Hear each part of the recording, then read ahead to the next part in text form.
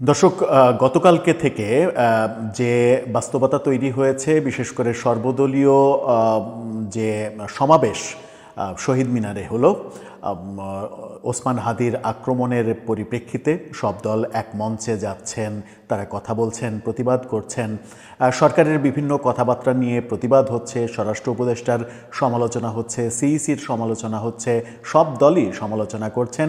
এরকম প্রেক্ষাপটে আবারও এর আগে গত মে মাসে আওয়ামী লীগের কার্যক্রমের উপরে নিষেধাজ্ঞা দেওয়ার সময় আওয়ামী লীগ বিষয়টা অনেক বেশি জীবন্ত হয়ে উঠেছিল সেই সময়। তারপরে আবারও এই ডিসেম্বরে এসে আওয়ামী লীগের বিরুদ্ধে একটা সোচ্চার কণ্ঠ সব দিক থেকে শোনা যাচ্ছে নতুন করে। গত মেয়ের পরে এত বেশি সবাই একমত হয়ে আওয়ামী লীগ বিরোধী সোচ্চার কণ্ঠ আমরা শুনিনি। এর আগে প্রধান উপদেষ্টার প্রেস সেক্রেটারি বরাত দিয়ে গণমাধ্যম জানিয়েছিল যে আওয়ামী লীগের যারা স্বতন্ত্র, যাদের বিরুদ্ধে কোনো অভিযোগ নেই, মামলা মোকদ্দমা নেই, তারা নির্বাচন করতে পারবে। বিদেশের বিভিন্ন স্টেক হোল্ডাররা যে ইনক্লুসিভ নির্বাচনের কথা বলছিলেন, তাদেরকে এই ব্যাপারগুলো বোঝানোর কথা আমরা শুনছিলাম, গণমাধ্যমে এই খবরগুলো আসছিল। কিন্তু গত রাতে যে খবরটা আসলো সেটা হচ্ছে যে প্রেস সেক্রেটারি শফিকুল আলম আবারও আওয়ামী লীগ বিষয়ে কথা বললেন। এবার তিনি আওয়ামী লীগ ব্যাপারে একেবারে সরকারের শক্ত অবস্থান ব্যক্ত করলেন, অর্থাৎ কোনোভাবেই আওয়ামী লীগের কাউকে কোনো ধরনের ছাড় সরকার দেবে না। এর বিরুদ্ধে এক ধরনের মরিয়া যুদ্ধ শুরু হবে কিংবা হয়েছে, এই ব্যাপারটা তিনি প্রকাশ করলেন যখন দলগুলোর অবস্থান আমরা দেখছি এবং ওসমান হাদির হামলাকে আওয়ামী লীগের কাজ বলেই অভিযোগ করা হচ্ছে ঠিক সেই সময়ে। কি বলছেন প্রধান উপদেষ্টার প্রেস সেক্রেটারি, নতুন করে কি বললেন, কি বিষয়ে কথা বললেন, চলুন একটু জেনে দেখি, বোঝার চেষ্টা করি। আগামী নির্বাচনে তো বটেই, আগামী দীর্ঘ একটা সময় আওয়ামী লীগকে বিভিন্ন কর্মকাণ্ড থেকে বাইরে রাখার যে প্রসেস কিংবা প্রক্রিয়া, সেগুলো আরও জোরদার হচ্ছে কিনা। থাকবেন পলিটিক্স টিভির নিয়মিত আয়োজনে।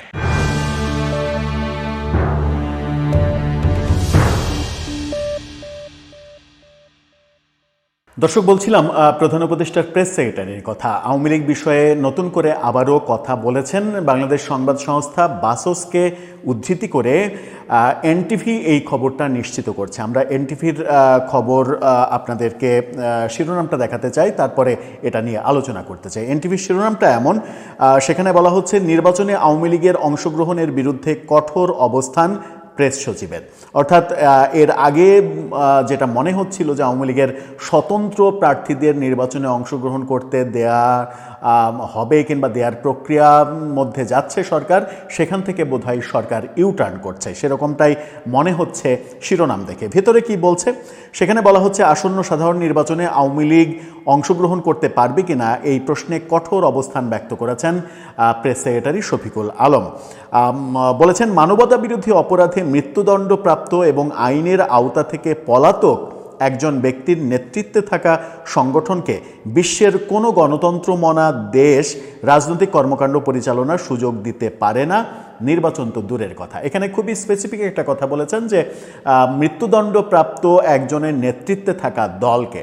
তার মানে কি প্রেস সেক্রেটারি এটা মিন করলেন ব্যাপারটা যে যদি আওয়ামী লীগ তার নেতৃত্ব চেঞ্জ করে, শেখ হাসিনার জায়গা থেকে অন্য কারো উপরে নেতৃত্ব আসে এবং তিনি যদি মানবতা বিরোধী অপরাধে অপরাধী না হন, তাহলে সরকারের মনোভাব পরিবর্তন হতে পারে। এটার ব্যাখ্যা করলে মিনিংটা সেই দিকে যেতে পারে। কিন্তু পরবর্তীতে কি বলছেন তিনি আমরা একটু জানি।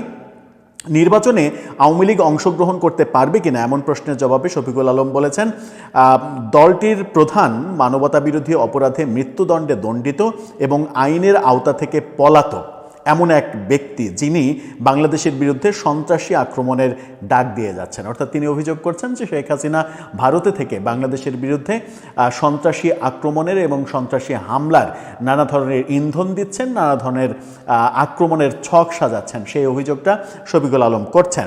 এ ধরনের ভয়ঙ্কর অপরাধীর নেতৃত্বাধীন সংগঠনকে বিশ্বের কোনো গণতন্ত্রমনা দেশ কোনো ধরনের কর্মকাণ্ড চালাতে দিতে পারে না, নির্বাচন তো অনেক দূরের ব্যাপার।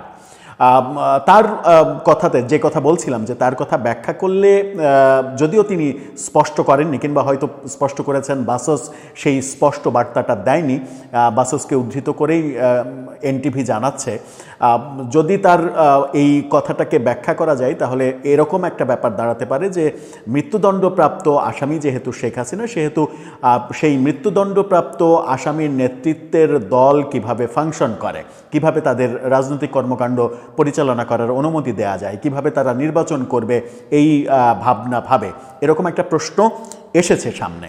তো এই প্রশ্ন যখন এসেছে তখন পাল্টা প্রশ্ন এরকমটা কেউ তুলতেই পারে যে তাহলে কি সরকার চাইছে যে আওয়ামী লীগ শেখ হাসিনার নেতৃত্ব থেকে বেরিয়ে আসুক, অর্থাৎ শেখ পরিবারের নেতৃত্ব থেকে বেরিয়ে আসুক? এরকম কথা কিন্তু আমরা অনেক দিন থেকে শুনছিলাম যে শেখ পরিবারের নেতৃত্ব থেকে আওয়ামী লীগকে বেরিয়ে আসতে হবে, তাহলে সরকারের একটা সফট কর্নার পাওয়ার সম্ভাবনা রয়েছে। এই আলোচনা বিভিন্ন দিকে আমরা বিভিন্ন সময় শুনেছি। সেই আলোচনারই কি একটা ইঙ্গিত শফিকুল আলম দিলেন? আমি জানি না, তিনি যেহেতু স্পষ্ট করেননি, আমরা শুধু তার বক্তব্যের পরিপ্রেক্ষিতে কি ব্যাপার ঘটতে পারে এরকমটা অনুমানই করতে পারি, তার বেশি তো আর কিছু করতে পারি না যেহেতু তার বক্তব্য না সেটা। তবে প্রশ্ন আসেই যে আওয়ামী লীগ যদি নেতৃত্ব পরিবর্তন করে তাহলে হয়তো এত কঠোর অবস্থানে সরকার নাও থাকতে পারে, সরকারের অবস্থান পরিবর্তিত হতে পারে। কারণ সারা বিশ্বব্যাপী বিভিন্ন সংস্থা, বিভিন্ন দেশ কিংবা বাংলাদেশেও যে ন্যারেটিভটা দাঁড় করানোর ব্যাপার তৈরি হয়েছে সেটা হচ্ছে যে একজন, 10 জন, 5 জন কিংবা 100 জনের অপরাধের জন্য আওয়ামী লীগের যে কোটি কোটি সমর্থক বলা হয় যে আওয়ামী লীগের এই মুহূর্তেও অন্তত 30% সমর্থক রয়েছে। আওয়ামী লীগ এ যাবৎকালে অর্থাৎ 91-এর নির্বাচনের সবচাইতে কম ভোট পেয়েছিল, 31% ভোট পেয়েছিল। এ পর্যন্ত তারা বৈধ নির্বাচন 2008-এর ডিসেম্বরের বৈধ নির্বাচনটা যদি ধরি, 14, 18, 24 এই নির্বাচন বাদ এসব নির্বাচনে তো মানে সব ভোটে আওয়ামী লীগের ছিল। আমরা দেখেছি যে 2008-এর ডিসেম্বরের নির্বাচনে তারা 48% ভোট পেয়েছিল। সেখান থেকে যদি ভোট কমে 18-20% কমেও থাকে তাহলে 25 থেকে 30% সমর্থনের একটা ভোট ব্যাংক কিন্তু তাদের রয়েছে, এটা অস্বীকার করার উপায় নেই। সেই ক্ষেত্রে অনেকেই বলেন যে এই 2, 4, 5 জন, 100 জন, 50 জন তাদের অপরাধের জন্য কোটি কোটি মানুষকে কেন বঞ্চিত করা হবে? সেই ক্ষেত্রে কি এরকম শর্তই ইনডাইরেক্টলি জুড়ে দেয়া হচ্ছে যে আওয়ামী লীগকে ফাংশন করতে হলে কিংবা বাংলাদেশে তাদের রাজনৈতিক বৈধতা পেতে হলে তাদের নেতৃত্বের পরিবর্তন হতে হবে? শেখ হাসিনাকে ফ্যাসিস্ট বলা হচ্ছে, সেই ফ্যাসিস্টের নেতৃত্বে কোনো দল দেশে ফাংশন করতে পারবে না, এরকম অবস্থানেই বোধহয় কঠোরতা দেখাতে চাইছে সরকার। সময়ই বলে দেবে যে কোন দিকে যাচ্ছে বিষয়গুলো।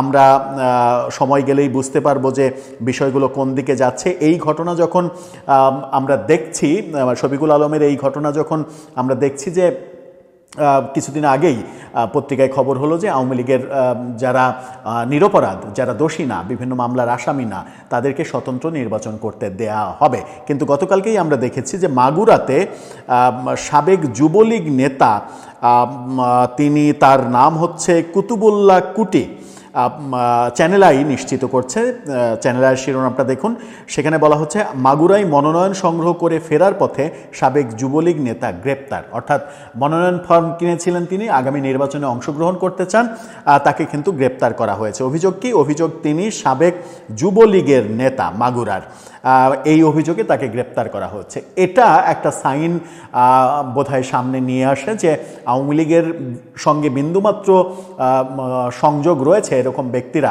আগামী নির্বাচনে নিরপেক্ষ নির্বাচন কিংবা স্বতন্ত্র ক্যান্ডিডেট হিসেবেও নির্বাচন করতে পারবেন না কিংবা তাদেরকে হয়তো করতে দেয়া হবে না, এরকম বাস্তবতার দিকেই যাচ্ছে। বিশেষ করে হাদির এই ঘটনার ফলে সবথেকে বেশি ক্ষতিগ্রস্ত হলো বোধহয় আওয়ামী লীগই। দর্শক, আপনার মতামত এই ব্যাপারে জানিয়ে লিখতে পারেন আমাদের কমেন্ট বক্সে।